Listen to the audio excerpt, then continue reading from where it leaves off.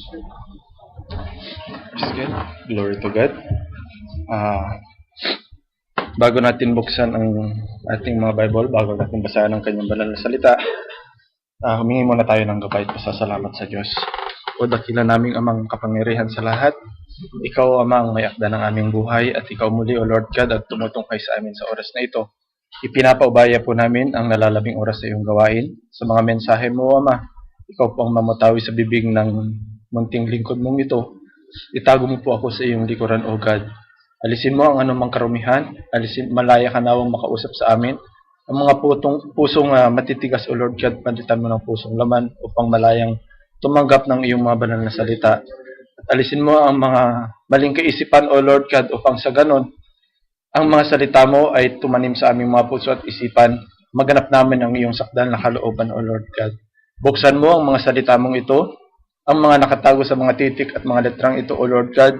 Ikaw ang maghayag sa amin sapagkat tunay, Lord God, na wala kaming kakayahan maliban na ito ay pagbuksan mo sa amin, sapagkat sinabi mo, walang nakakaalam sa Ama, kundi ang anak, at walang nakakaalam sa anak, kundi ang Ama, at yaong ibig pagpahayagan ng anak, O Lord God.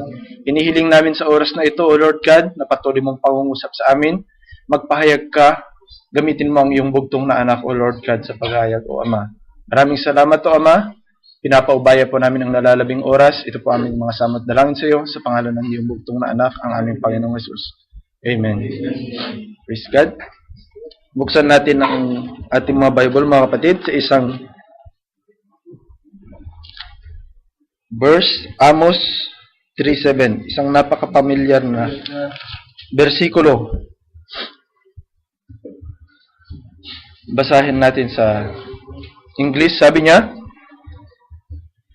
"Surely the Lord God will do nothing, but He revealeth His secrets unto His servants, the prophets." Amen. Ang Diyos ang magpala at maghayag ng kanyang mga banal na salita. Maaaring tayong magsiupo, mga kapatid.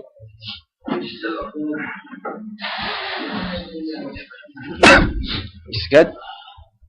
Napakaganda ng awitin. Isang napakagandang mensahe. Sabi niya, "It will be worth it all when we see Jesus. So bravely run the race till we see Christ." Sabi. So, huwag tayong manghibagod, sabi ni Paul. Hindi niya inaring na sabing buhay na walang hanggan. May kanya-kanyang pamamaraan. Merong pamamaraan ng silang mga tsuri. Pero hindi ito mapapatunayan ng kanilang mga tsuri na merong buhay na walang hanggan. Marami silang libro na binubuklat. Marami silang mga babasahin na kinakalap. Kahit na anong basahin natin ng mga magazines, libro, ang mga ito ay kaisipan ng tao. Diyos na ipinahayag niya sa kanyang mga propeta. Napakalinaw kung ating titingnan na natutunan niya doon sa Ehipto. Ginamit siya ng Diyos, ipinahayag sa kanya ng Diyos kung paano nangyari bago pa magkaroon ng pasimula. Paano darating sa kaisipan ni Moses kung paano nilalang ng Diyos ang sanlibutan, kung paano nilalang ng Diyos ang sangkalangitan, kung paano niyang nilalang ang mundo, paano niyang nilalang ang tao. Hindi ito makukuha sa pamamagitan ng science. Hindi mo ito malalaman sa pamamagitan ng science. Hinahanap ng science ang Diyos. Hinahanap ng science yung buhay. Anong ginagawa ng science? Nagpupunta kung saan-saan. Naghahanap sa mga ibang planeta. Gumagawa ng kung ano-anong mga bagay katulad ng nabanggit ng ating kapatid kanina, yung stem cell.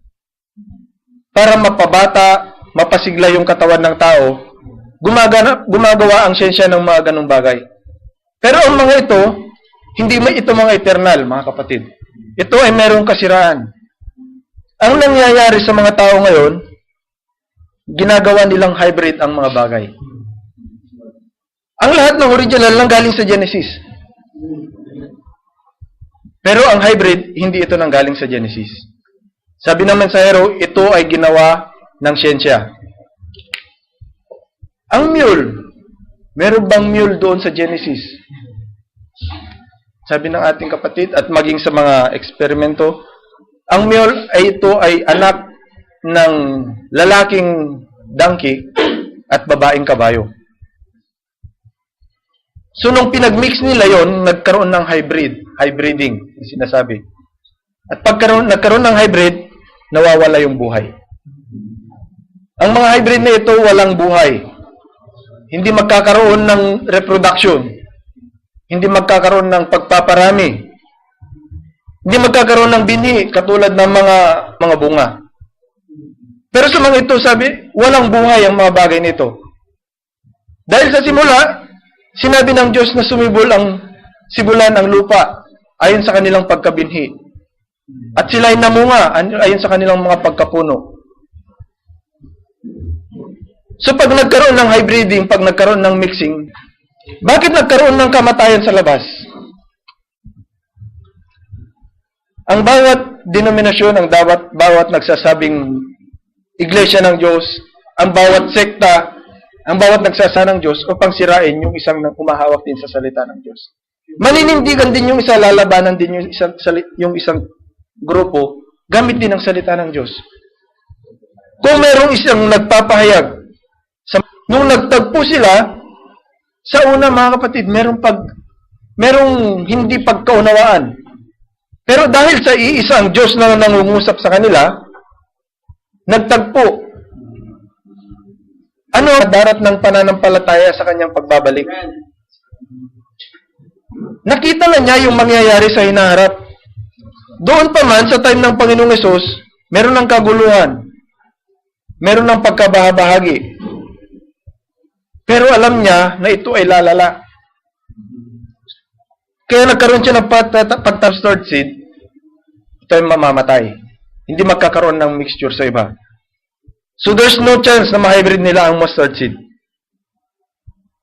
So ang ginagawa ng Diablo sa panahon natin, ang kalaban, the devil, sa huling kapanahonan ito, nagdodobo. Mahirap yung kalagayan ng mananampalataya. Sa ating time, ang kalaban natin spiritual.